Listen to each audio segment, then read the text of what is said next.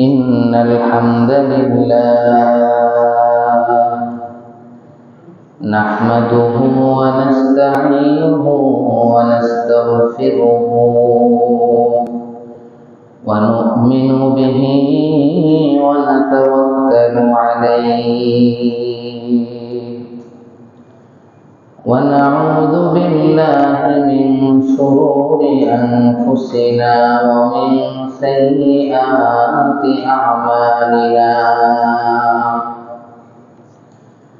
من يهده الله فلا مضل له ومن يضلله فلا هادي له ونشهد أن لا إله إلا الله وحده لا شريك له ونشهد أن سيدنا ومولانا محمدا عبده ورسوله الذي أرسله بالحق بشيرا ونذيرا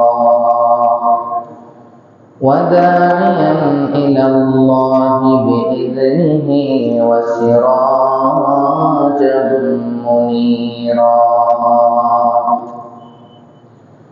أما بعد فأعوذ بالله من الشيطان الرجيم بسم الله الرحمن الرحيم إن الذين يؤذون الله ورسوله لعنهم الله في الدنيا والآخرة وأعد لهم عذابا مهينا آمنت بالله صدق الله مولانا العظيم وصدق رسوله النبي الكريم ونحن على ذلك لمن الشاهدين والشاكرين والحمد لله رب العالمين সকলে মুহাব্বতের সাথে দরুদ ইব্রাহিম পাঠ করুন اللهم صل على محمد وعلى آل محمد كما صليت على إبراهيم وعلى آل إبراهيم إنك حميد مجيد اللهم بارك على محمد وعلى آل محمد كما باركت على إبراهيم وعلى آل إبراهيم إنك حميد مجيد الحمد لله মহান আল্লাহ রাব্বুল আলামিনের দরবারে শুকরিয়া আদায় করি যিনি আমাদেরকে পবিত্র জুমার দিন আজকে মুহররম মাসের প্রথম জুমা মুহররম মাসের তৃতীয় তারিখ প্রথম জুমায় আল্লাহ তাআলা আমাদেরকে মসজিদে একত্রিত হবার তৌফিক দান করেছেন সেজন্য সকলেই শুকরিয়া আদায় করি বলি আলহামদুলিল্লাহ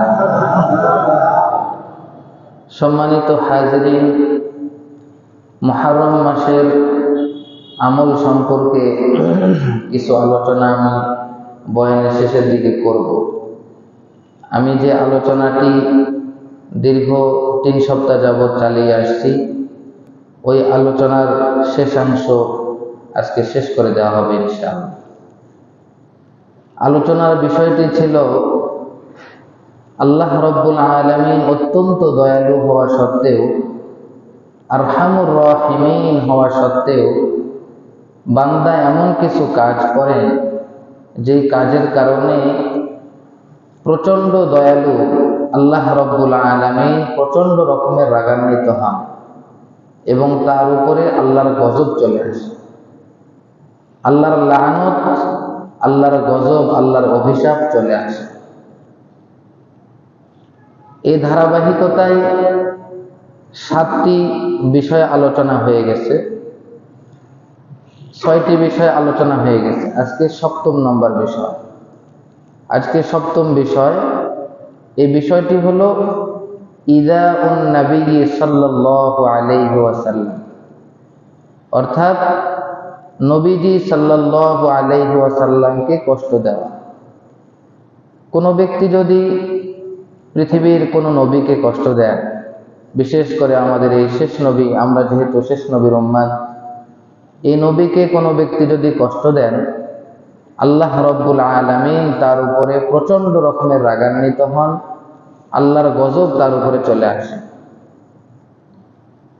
আল্লাহ রাব্বুল আলামিন সূরাতুল আহজাবের 57 নম্বর আয়াতে বলেন, ইন্নাল্লাযীনা ইউযুনাল্লাহা ওয়া রাসূলাহু লা'আনাহুমুল্লাহু ফিদ দুনিয়া ওয়াল আখিরাহ ওয়া আ'আদ্দা লাহুম আযাবাম মুহিনা।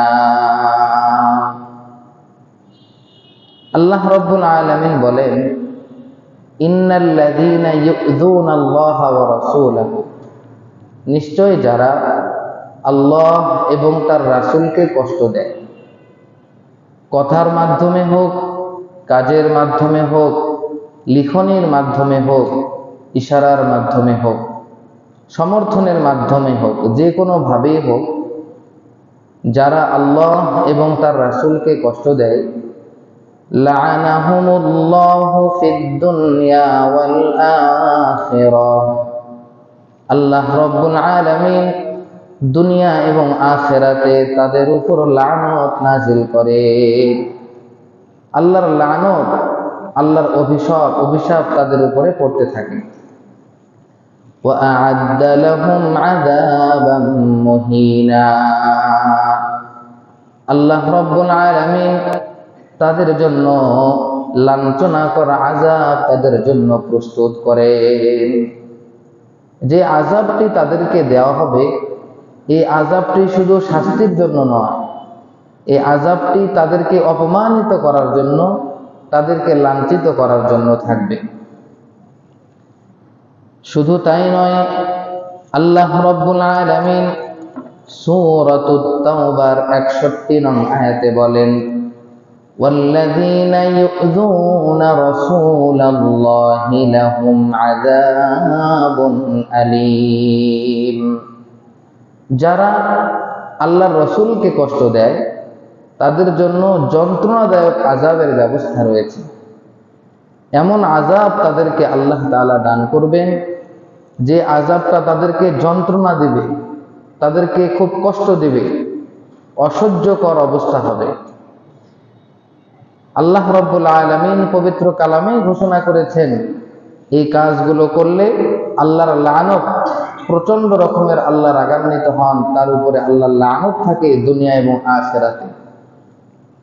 আখিরাতে তার জন্য 2 ধরনের শাস্তি, একটি হলো লাঞ্ছনাকর শাস্তি, আর একটি হলো যন্ত্রণাদায়ক শাস্তি।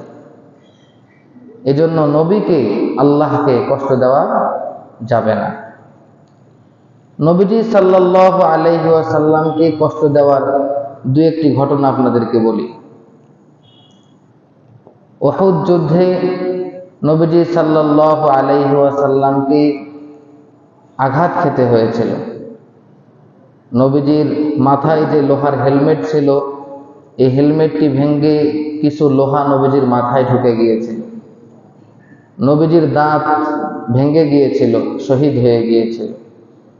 নবীজিকে তীর মারা হয়েছিল।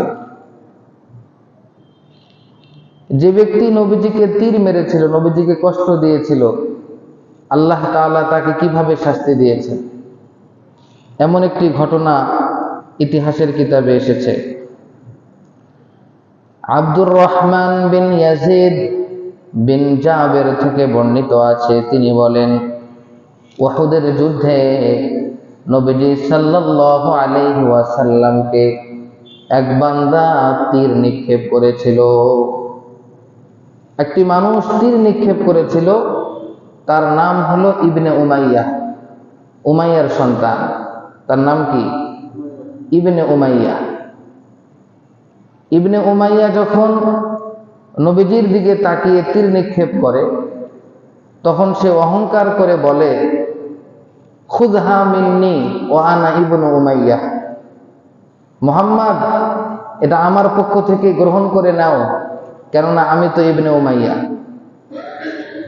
মানে তার অহংকারের কথাবার্তাই ভিন্ন ছিল, যে এটা তোমার জন্য পাঠালাম, তুমি নাও।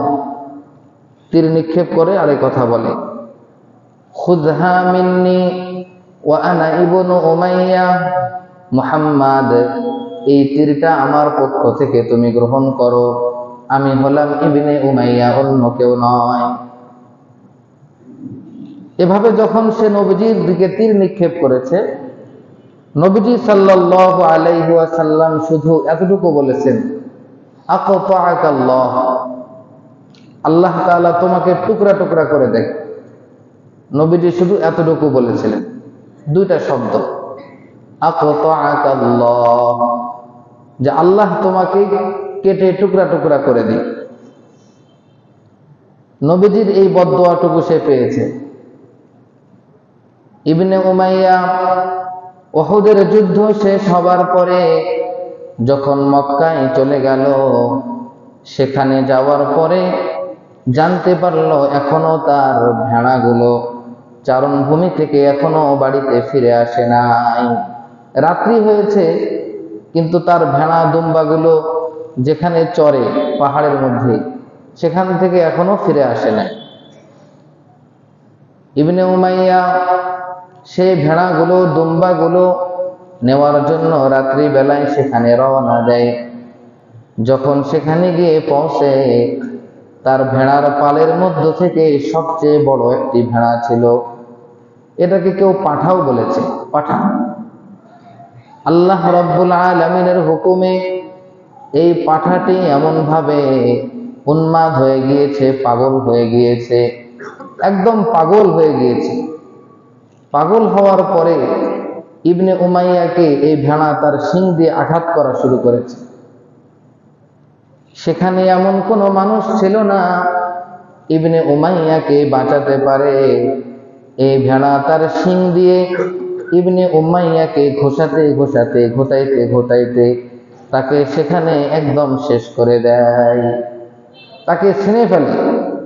পাগলা এই ভেড়া, এটা তো আল্লাহ পাগলা বানিয়েছে। আল্লাহ রাব্বুল আলামিন নবীজির এই দোয়া কবুল করে এই ভেড়াকে এমন ভাবে পাগল বানিয়েছে, তাকে ঘুষাইতে ঘুষাইতে তাকে টুকরা টুকরা করে ফেলছে।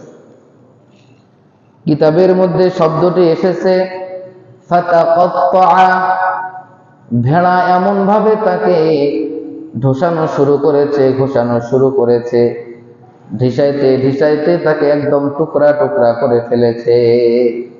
এটা ওই ভেড়ার দ্বারা সম্ভব যে ভেড়া বাস্তবেই পাগল হয়ে গিয়েছে, সাধারণ ভেড়া দ্বারা তো সম্ভব না।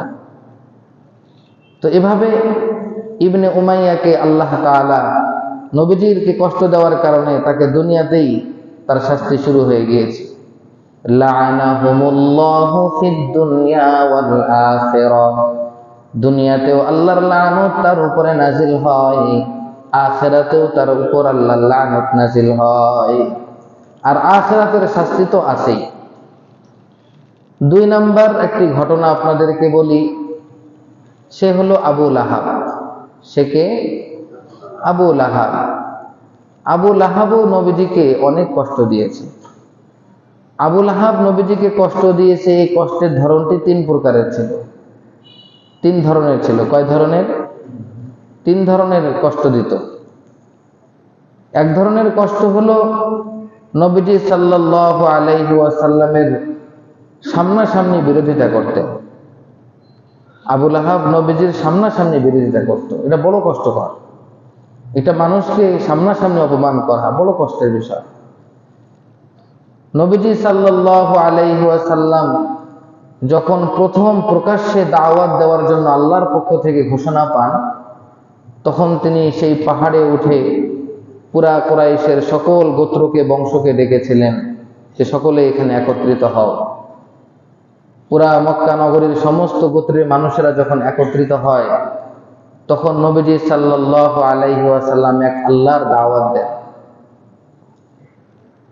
তখনই আবু লাহাব নবীজি সাল্লাল্লাহু আলাইহি ওয়াসাল্লামের সামনেই বিরোধিতা করেছিল, তাব্বান লাক আলিহাযা জামাআতানা, যে তুমি ধ্বংস হও এই কারণে তুমি আমাদেরকে ডেকেছো, একত্রিত করেছো। সামনাসামনি নবীজির বিরোধিতা করেছে আবু লাহাব। এটা একটা কষ্ট দেওয়ার ধরন। আরেকটি ধরন হলো মক্কা নগরীর যেখানেই নবীজিকে পান সেখানেই নবীজিকে কষ্ট দেন, অপমানিত করেন। নবীজি সাল্লাল্লাহু আলাইহি ওয়াসাল্লাম যদি মক্কার বাহিরে কাজের মেলায় কিংবা বাজারে গিয়ে মানুষকে দাওয়াত দিতেন, সেখানে গিয়ে আবু লাহাব যদি তাকে পেত, সাথে সাথে বলতো এই ব্যক্তি মিথ্যুকের কথা শুনবে না, মুহাম্মদ এলো মিথ্যুক, সে জাদুকর, এর কথা তোমরা শুনবে না। যে কোনো জায়গায় নবীজিকে পাইতো সেখানেই আবু লাহাব নবীজিকে অপমান করত, মিথ্যুক বলতো, ধর্মান্তরিত, যে নবীজি নাকি ধর্ম ত্যাগ করেছে, এর ধর্ম নাই, বিধর্মী, ধর্মান্তরিত এবং জাদুকর বলে নবীজিকে অপমান করত যেখানেই পেত সেখানে। আরেক ধরনের কষ্ট দিয়েছিল নবীজিকে, সেটা হলো আবু লাহাবের দুই ছেলের কাছে নবীজির দুই মেয়ের বিবাহ হয়েছিল। মক্কার জীবনে নবীজির দুই মেয়ে রুকাইয়া এবং উম্মে কুলসুমের বিবাহ হয়েছিল আবু লাহাবের দুই ছেলের সাথে। যখনই মহানবী সাল্লাল্লাহু আলাইহি ওয়াসাল্লাম দ্বীনের দাওয়াত দেওয়া শুরু করলেন, আবু লাহাব তার দুই ছেলেকে বাধ্য করেছে যে তোমরা দুজন মুহাম্মাদের দুই কন্যাকে এক্ষুনি তালাক দিয়ে দাও, এক্ষুনি তালাক দিতে হবে। আবু লাহাব তার দুই ছেলেকে বাধ্য করে নবীজির দুই কন্যা রুকাইয়া এবং উম্মে কুলসুমকে তালাক দেওয়া হয়েছে। আমরা মানুষ, আমরা যারা মেয়ের কন্যার বাবা, আমরা জানি আমাদের কাছে একটি মেয়ে কন্যা সন্তান কত মহব্বতে। সেই কন্যা সন্তানকে বিবাহ দেওয়া, বিবাহের পরে যখন কোনো কারণে এই মেয়েটির তালাক হয়ে যায় তখন তার কষ্টের সীমা থাকে না। বাবা হিসাবে বড় লজ্জিত হয়, মানুষের সামনে শুধু কাঁদতেই পারে না, মানুষের সামনে সে মুখ আড়াল করে চলার চেষ্টা করে যে আমার মেয়েটা তালাক হয়ে গেছে। বাবা হিসাবে যারা মেয়ের বাবা তারা এটা বুঝতে পারবে যে একটা মেয়েকে তালাক দিলে সে বাবার হৃদয়ে কতখানি দাগ কাটে। নবীজি সাল্লাল্লাহু আলাইহি ওয়াসাল্লামও মানুষ ছিলেন, তিনিও কষ্ট পেয়েছেন। যখন তার দুই কন্যাকে তালাক দেয় নবীজি তিনি ভেঙে পড়েছিলেন, বড় কষ্ট পেয়েছিলেন। এভাবেও আবু লাহাব নবীজিকে কষ্ট দিয়েছে। নবীজিকে কষ্ট দেওয়ার কারণে আল্লাহ রাব্বুল আলামিন পবিত্র কালামের যে ঘোষণা, তার উপরে দুনিয়াতেও আল্লাহর লানত আসবে, আখিরাতেও আল্লাহর লানত। আখিরাতে তার জন্য লাঞ্ছনাকর আযাব এবং যন্ত্রণাদায়ক আযাব তার জন্য থাকবে। এই জন্য আবু লাহাবের যখন ইন্তেকালের সময় হয়, বদরের যুদ্ধ থেকে যখন ফিরে বাড়িতে যায়, মক্কা নগরীতে যায়, সেখানে যাওয়ার পরে মাত্র 7 দিন পর আবু লাহাবের মহামারী রোগে আক্রান্ত হয়। আবু লাহাব প্লেগ রোগে আক্রান্ত হয়, মহামারী রোগে আক্রান্ত হয়। যখন এই মহামারী ছোট্ট ছোট ফক্সের মতো মহামারী হওয়া শুরু হয়েছে, এটা যেহেতু বিস্তারিত হয়, বিস্তীর্ণ হয়, এই রোগটি পুরা শরীরে ছড়িয়ে ছিটিয়ে চলে যায়। পুরা শরীরে এই মহামারী রোগটা বিস্তার লাভ করে, যার কারণে আবু লাহাবের দেহটা পচতে শুরু করে। এমন ভাবে পচন শুরু হয়েছে যে তার দুর্গন্ধে বাড়িতে কেউ থাকতে পারে নাই। আবু লাহাবের পরিবার আবু লাহাবকে বাড়িতে রেখে বাড়ি থেকে চলে গেছে, এত পরিমাণ দুর্গন্ধ। এই দুর্গন্ধের মধ্যে পচতে পচতে এক পর্যায়ে আবু লাহাবের যখন মৃত্যু হয়, কুরাইশের যেহেতু সে একজন সর্দার ছিল, নেতা ছিল, কুরাইশের মানুষেরা দেখলো তাকে একটু সম্মানের সাথে দাফন করা দরকার। যেহেতু সে একটা লিডার ছিল, তাকে সম্মানের সাথে দাফন করা দরকার, কিন্তু দুর্গন্ধের কারণে আশপাশ কেউ যেতে পারে না।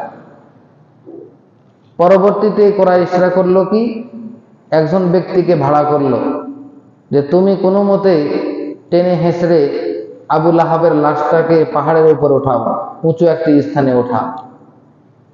উঁচু একটি স্থানে এই ব্যক্তি তোলার পরে আবু লাহাবের সন্তান এই পরিবারকে ডাকা হলো। তারা যখন আসলো, বলল তোমার বাবাকে তো দাফন করতে হবে, এখন তোমার বাবার কাছে তো যাওয়া যাচ্ছে না, এত দুর্গন্ধ, এখন কিভাবে দাফন করা যায়? পরামর্শক্রমে সিদ্ধান্ত হলো যে লোকটাকে ভাড়া করা হয়েছে সে লম্বা লাঠি দিয়া পাহাড় থেকে ফেলায় দিই, আর আমরা দূর থেকে পাথর নিক্ষেপ করে করে তার দেহটাকে পাথর দিয়া দাফন করে দিই। তার মানে আবু লাহাবকে সম্মানের সাথে দাফনও তারা করে নাই। আল্লাহ রাব্বুল আলামিন দুনিয়ার জিন্দেগিতেই তাকে লাঞ্ছনা করেছে, তাকে লাঞ্ছিত করেছে। আল্লাহ রাব্বুল আলামিন তার পরিবার পরিজনের হাত দিয়ে তাকে দাফন করার মতো সুযোগ দেন নাই। এছাড়াও আরো একটি ঘটনা আছে। আবু লাহাবের সন্তান উতাইবা বিন আবু লাহাব, কি নাম? উতাইবা বিন আবু লাহাব। সে একবার নবীজি সাল্লাল্লাহু আলাইহি ওয়াসাল্লামের কাছে এসেছে, এসে বলে, মুহাম্মদ, আমি সূরা আন-নাজমের প্রথম দুইটি আয়াত মানি না। সূরা আন-নাজমের প্রথম দুইটি আয়াত মানি না। প্রথম দুইটি আয়াত কি? ওয়ান নাজমি ইযা হাওয়া মা দাল্লা সাহিবুকুম ওয়া মা গাওয়া। আল্লাহ রাব্বুল আলামিন তারকার কসম খেয়ে বলেন, ওয়ান নাজমি ইযা হাওয়া, তারকার শপথ যখন তা বিস্মিত হয়ে যায়, নিভে যায়। মা দাল্লা সাহিবুকুম ওয়া মা গাওয়া। আল্লাহ রাব্বুল আলামিন তারকার কসম খেয়ে বলেন, তোমাদের সঙ্গী মুহাম্মদ সে গোমরাও নয়, সে পদস্খলিতও নয়। মা দাল্লা সাহিবুকুম, তোমাদের সঙ্গী মুহাম্মদ সে বিভ্রান্তও হয়নি এবং বিপদগামীও হয়নি। এই দুইটি আয়াত আবু লাহাবের ছেলে উতাইবা নবী মুহাম্মাদের মুখের সামনে গিয়ে বলে, এই দুইটি আয়াত মানি না, মানে নবী মুহাম্মদকে সঠিক রাস্তায় আছে এটা মানে। এই কথা বলার পরে মুহাম্মদ সাল্লাল্লাহু আলাইহি ওয়াসাল্লামের পোশাকের উপরে ধরে এমন জোরে টান মারে নবীজির পোশাকটা ফেটে যায়, পোশাকটা ছিঁড়ে দুই টুকরা করে ফেলে। শুধু এতটুকুই কষ্ট দিয়ে ক্ষান্ত করেনি, নবী মুহাম্মদ সাল্লাল্লাহু আলাইহি ওয়াসাল্লামের মুখের উপরে থুতু নিক্ষেপ করে। নবী মুহাম্মদকে নবী মানল না, তার পোশাকটা ফেলে ফেললো, আবার নবীজির মুখের মধ্যে গিয়ে থুতু নিক্ষেপ করলো। এভাবে নবীজিকে কষ্ট দেয়। নবীজি শুধু তখন এতটুকু বলেছে যে আল্লাহ রাব্বুল আলামিন তার রাজ্যে যতগুলো কুকুর আছে এর মধ্য থেকে একটি কুকুরকে যেন তোমার উপরে মুসাল্লাত করে দেয়, তোমার উপরে চাপিয়ে দেয়, একটি কুকুরকে। এতটুকু বলেছেন আমাদের নবী। যার কারণে ফলশ্রুতিতে দেখা গেছে উতাইবা বিন আবু লাহাব যখন ব্যবসার উদ্দেশ্যে মক্কা থেকে সিরিয়ায় চলে যায় ব্যবসায়িক কাফেলার সাথে, সেখানে জারকা নামক স্থানে গিয়ে রাত্রি যাপন করে। জারকা নামক স্থানে গিয়ে রাত্রি যাপন করে। যখন সেখানে তারা ছাউনি গেড়ে বিশ্রামের জন্য শুবে, তখন দেখে রাত্রিবেলায় জঙ্গল থেকে একটি বাঘ এসে কি যেন খুঁজতেছে। এই বাঘের যখন আশা দেখেছে, খোঁজা দেখেছে, উতাইবা বিন আবু লাহাব বলে, আমি আল্লাহর কসম করে বলি মুহাম্মদ আমার জন্য এভাবে বদদুয়া করেছিল।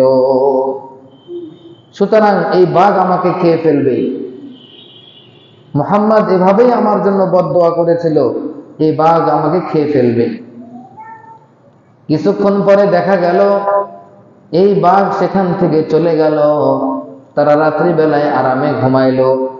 সকালবেলায় জঙ্গল থেকে বাঘটি দৌড়ে লাফিয়ে বের হয়ে এসে সকল মানুষের ভিড় ভেঙ্গে উতাইবা বিন আবু লাহাবের ঘাড়ে কামড় দিয়ে তাকে কাফেলা থেকে বের করে আনে।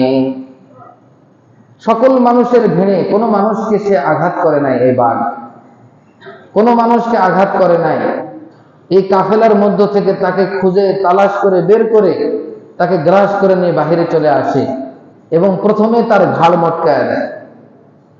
তার ঘাড় মটকায় দেওয়ার পরে তাকে চিরে ফেড়ে তারপরে তাকে খেয়ে শেষ করে দেয়। এজন্য যারা নবীজির সাথে নবীকে কষ্ট দিবে তাদের জন্য দুনিয়াতেও আল্লাহর লানত, আখিরাতেও আল্লাহর লানত, যন্ত্রণাদায়ক আযাব, লাঞ্ছনাকর আযাব তাদের জন্য প্রস্তুত রয়েছে। এরপরে ৮ নম্বর যে বিষয়, যেটার কারণে আল্লাহ রাব্বুল আলামিনের পক্ষ থেকে গজব অবধারিত, সেটি হলো আল্লাহর ওলিকে কষ্ট দেওয়া। কাকে কষ্ট দেওয়া? আল্লাহর ওলি।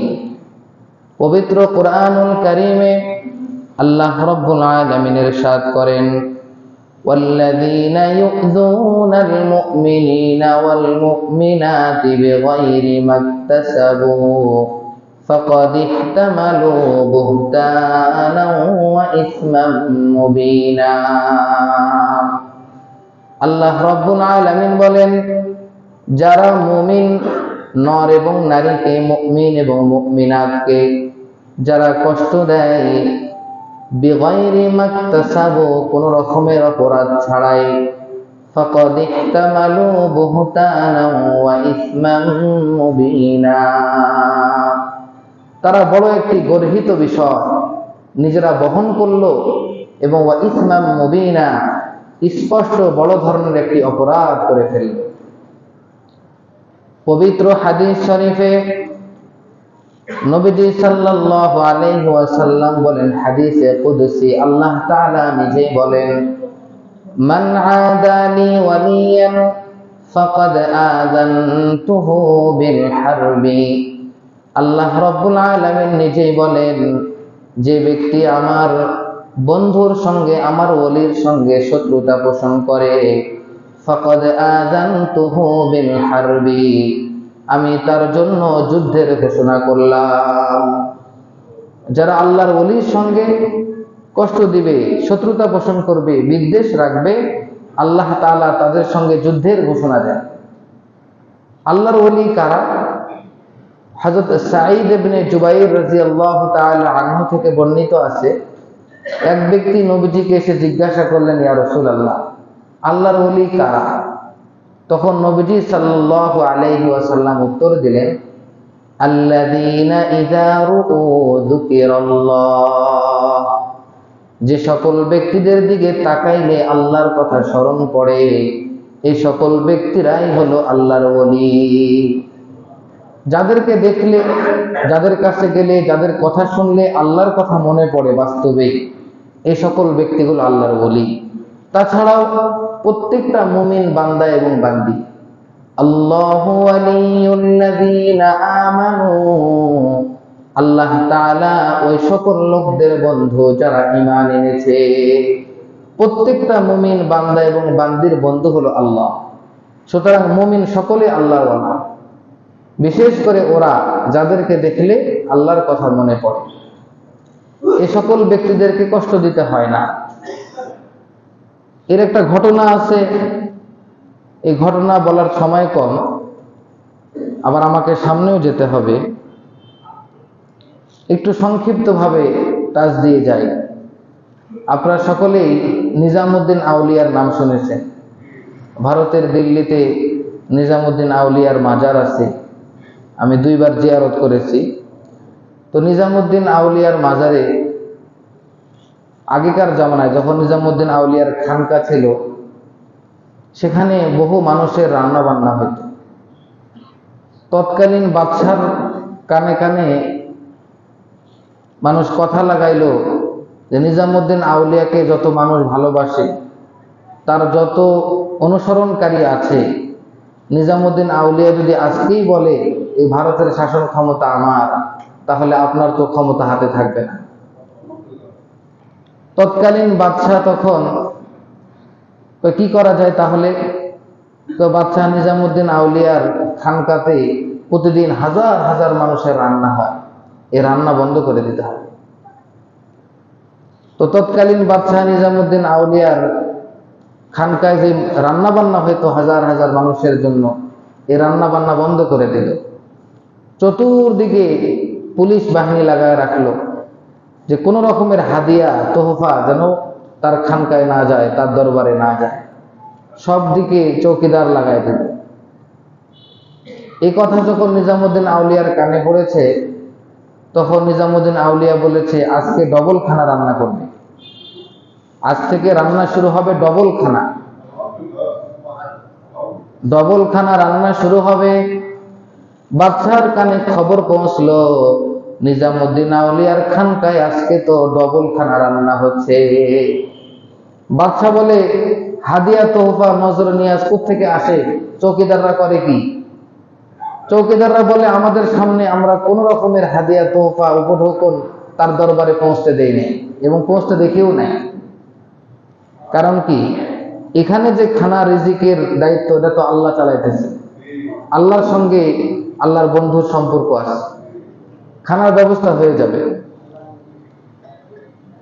যখন আল্লাহর এই ওলির সঙ্গে শত্রুতা শুরু করে দিয়েছে, তখন দেখা গেল বাদশার পেশাব বন্ধ হয়ে গেল। কি বন্ধ হয়ে গেল? বাদশার পেশাব বন্ধ হয়ে গেল। একদিন যায়, 2 দিন যায়, 3 দিন যায়, বাদশা পেশাবের যন্ত্রণায় বাড়িতে স্থির থাকতে পারে না। এমন ভাবে আর্তনাদ আর চিৎকার করা শুরু করেছে, তার আশেপাশে মানুষ থাকা সম্ভব নয়। তখন বাদশার মা দৌড়ে নিজামুদ্দিন আউলিয়ার দরবারে চলে গেছে, গিয়া বলে হুজুর, আমার ছেলে বোঝে নাই, না বুঝে আপনার সঙ্গে বেয়াদবি করেছে, আপনি মেহেরবানি করে আমার সন্তানকে মাফ করে দিন, তার পেশাব বন্ধ হয়ে গিয়েছে, আপনি মেহেরবানি করে ব্যবস্থা করুন তার পেশাবটা যেন হয়।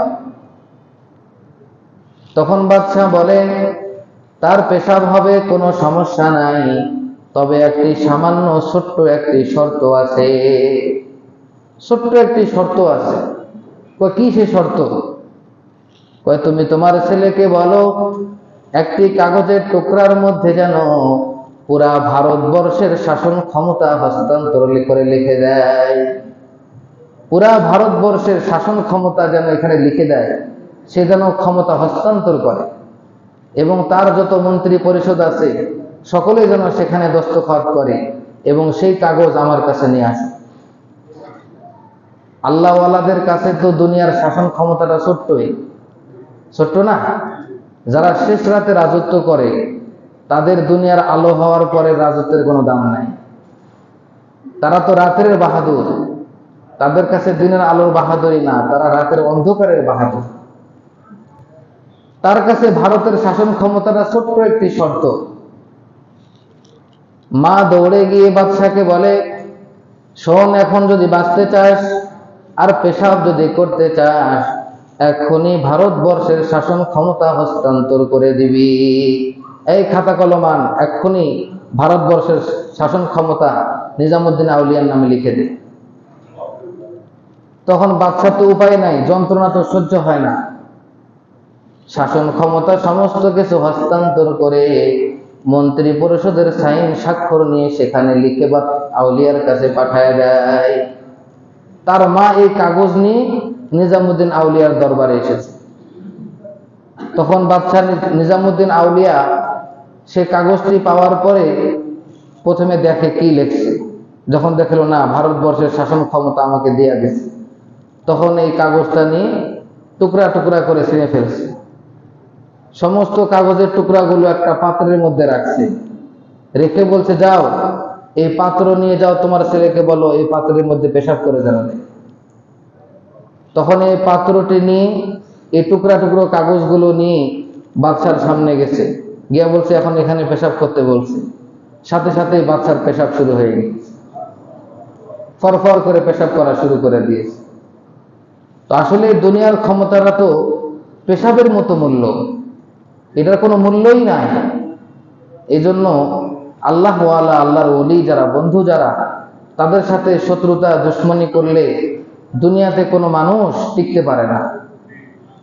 আমরা বিগত কিছুদিন আগেও দেখেছি, যারা আলেম ওলামা বুজুর্গদের সঙ্গে বেয়াদবি করেছে, কষ্ট দিয়েছে, তারাও শাসন ক্ষমতায় থাকতে পারে নাই। আজকেও যদি কেউ করে, ভবিষ্যতে তারা কি করতে পারবে না? শাসন ক্ষমতায় থাকতে পারবে না। এটা কোরআনের কথা, এটা আল্লাহর কথা। মান আদালি ওয়ালিয়ান ফাকাদ আযানতুহু বিল হারবি। আল্লাহ নিজেই বলেন, যে ব্যক্তি আমার বন্ধুর সঙ্গে শত্রুতা পোষণ করবে, বিদ্বেষ পোষণ করবে, যেখানে সেখানে বক্তব্য দিবে, তাদের সঙ্গে আমি আল্লাহ যুদ্ধ ঘোষণা করলাম। আল্লাহ যুদ্ধ ঘোষণা করলে আল্লাহর সঙ্গে কেউ পারবে না। এরপরে আসি 9 নম্বর, আমি খুব সংক্ষেপে শেষ করে দেব। আমার সামনে টার্গেট হলো মুহররম মাসের আমলগুলো আপনাদেরকে বলা। 9 নম্বর বিষয়, যে কাজটি করলে আল্লাহ রাব্বুল আলামিন আমাদের প্রতি প্রচন্ড রকমের রাগান্বিত হন, আল্লাহর গজব চলে আসে, সেই কাজটি হলো আল্লাহর কাছে প্রার্থনা না করা, দোয়া না করা। হাদিস শরীফে ইরশাদ হয়েছে, নবীজি সাল্লাল্লাহু আলাইহি ওয়াসাল্লাম ইরশাদ করেন, মান লাম ইয়াসআলিল্লাহা ইয়াগদাব আলাইহি। যে ব্যক্তি আল্লাহ রাব্বুল আলামিনের কাছে চায় না, প্রার্থনা করে না, দোয়া করে না, ইয়াগদাব আলাইহি, আল্লাহ তার উপরে গজব নাযিল করে, আল্লাহ তার উপর রাগান্বিত হন, আল্লাহ ক্রোধান্বিত হন, আল্লাহ তাকে পছন্দ করেন না। আপনি আমি আল্লাহর বান্দা, আমরা সকলে আল্লাহ রাব্বুল আলামিনের কাছে মুখাপেক্ষী।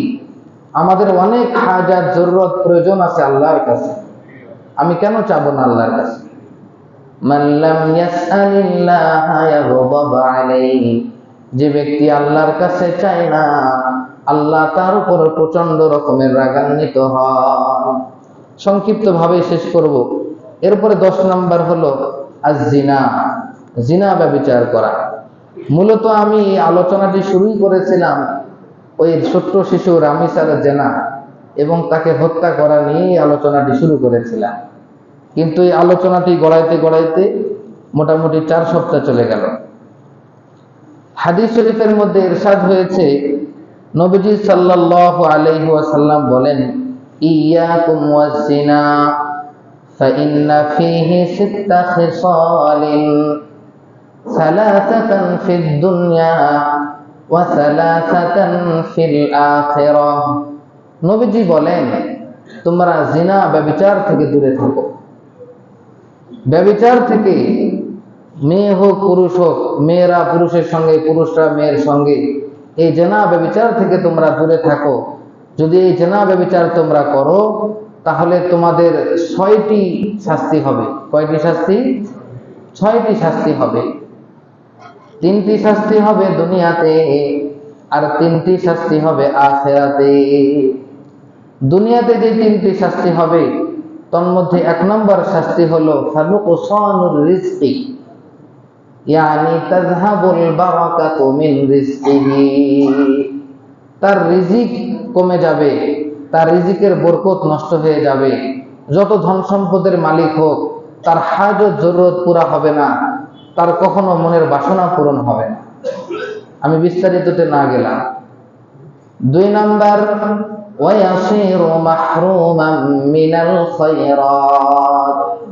দুনিয়াতে যত নাজ ও নিয়ামতের মধ্যে মানুষ থাকে, কল্যাণের মধ্যে থাকে, সমস্ত কল্যাণ থেকে এই ব্যক্তি বঞ্চিত হবে। যত কল্যাণ আল্লাহ তাআলা আপনাকে দিতে পারে, এই কল্যাণ আপনি পাবেন না। 3 নাম্বার যে বিষয়টি শাস্তি হবে, ওয়ায়াসিরু বাগীদান ফি কুলুবিন নাস। যে ব্যক্তি জিনা ব্যভিচার করবে, সে ব্যক্তি দুনিয়ার মানুষের অন্তরে সে ব্যক্তি ঘৃণিত হবে। বাগীদান ফি কুলুবিন নাস, মানুষের অন্তরে সে ব্যক্তি ঘৃণার পাত্র হবে, ঘৃণিত হবে। আর তিনটি শাস্তি হলো আখিরাতে। এক নাম্বার শাস্তি হলো ফাগাদাবুর রাব্বি, আল্লাহ রাব্বুল আলামিন। এক নাম্বার হলো ফাগাদাবুর রাব্বি, এক নাম্বার হলো আল্লাহ রাব্বুল আলামিনের গজব তার উপর নাজিল হবে। যেহেতু আমরা গজবের আলোচনাই করতেছিলাম, আখিরাতের মধ্যে তার উপরে আল্লাহর গজব নাজিল হবে। দুই নাম্বার শাস্তি হলো ফাশিদ্দাতুল হিসাব, হিসাব নিকাশ কঠিন হবে। একে তো আল্লাহ তাআলা যদি কাহারও হিসাব নেওয়া শুরু করেন তাহলে তার অবস্থা খারাপ, পার পাওয়ার কোনো উপায় থাকবে না। কিন্তু এই ব্যক্তির জন্য আল্লাহ হিসাবটাই কঠিন করবে। তিন নাম্বার শাস্তি হলো ওয়াদদুখুলি ফিন্নার, সে ব্যক্তি আল্লাহ রাব্বুল আলামিন তাকে জাহান্নামে প্রবেশ করাবেন, সে ব্যক্তিকে আল্লাহ তাআলা জাহান্নামে দিবেন।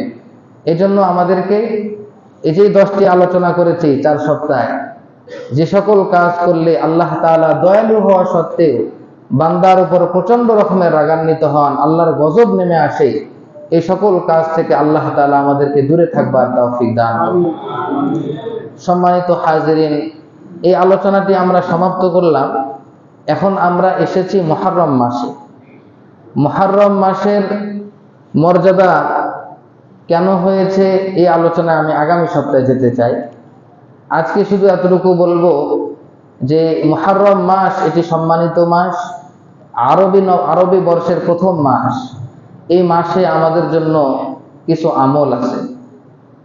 আল্লাহ রাব্বুল আলামিন কুরআনুল কারীমে ইরশাদ করেন, وهو الذي جعل الليل والنهار خلفة لمن أراد أن يذكر أو أراد شكورا।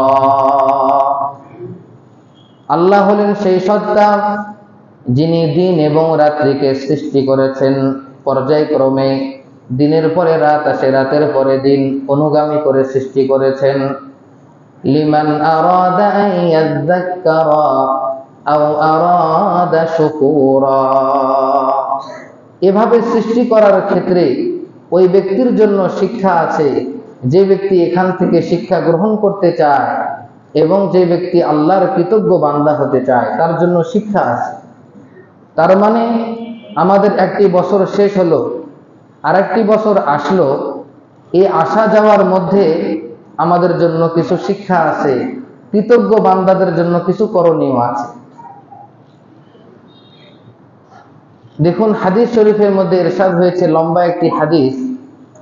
এই হাদিসটি মুসলিম শরীফের 223 নম্বর হাদিস।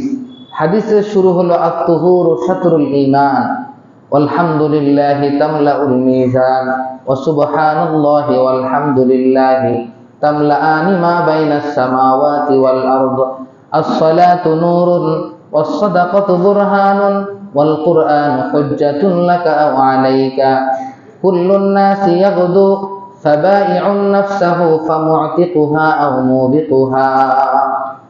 নবীজি সবার লাস্টে এই হাদিসে এখানে বলেন কুল্লুন নাসি ইয়াগদু। নবীজি বলেন প্রত্যেকটা মানুষ সকাল করে। আমরা যখন ঘুমাই, আমরা সকালে উঠি মানে আমরা সকাল করি। প্রত্যেকটা মানুষ সকাল করে।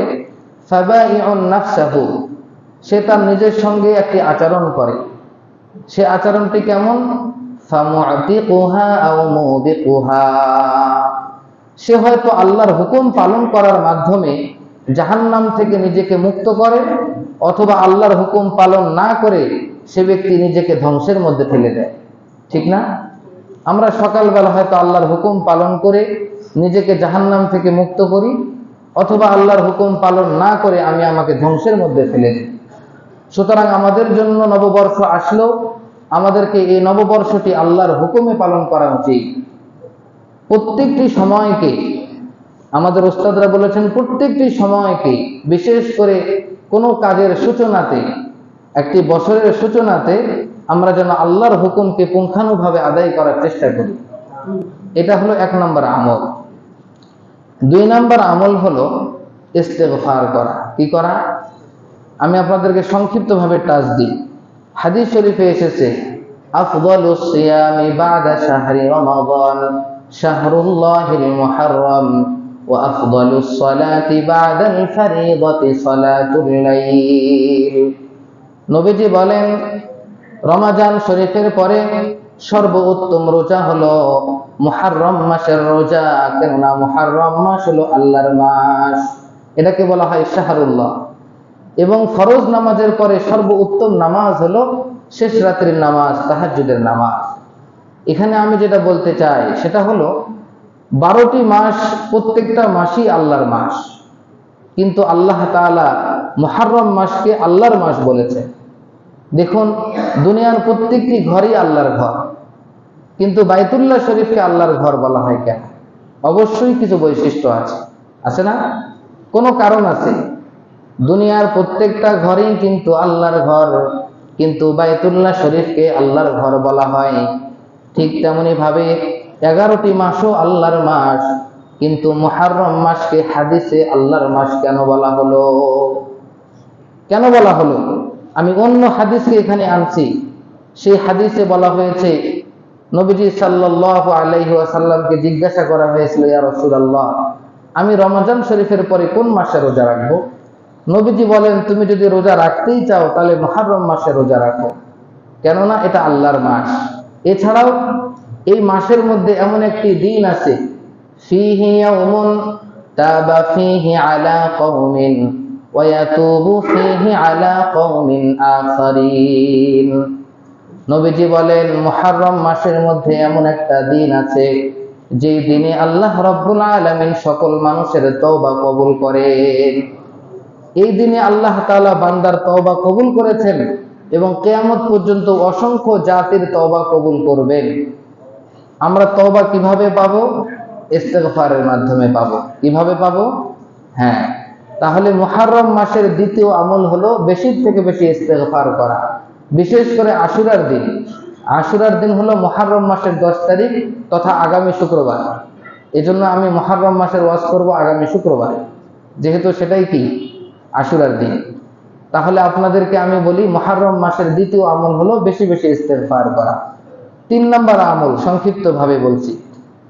3 নম্বর আমল হলো মুহররম মাসের 10 তারিখে নফল রোজা হিসাবে, মুস্তাহাব রোজা হিসাবে মুহররম মাসের 10 তারিখে রোজা রাখা।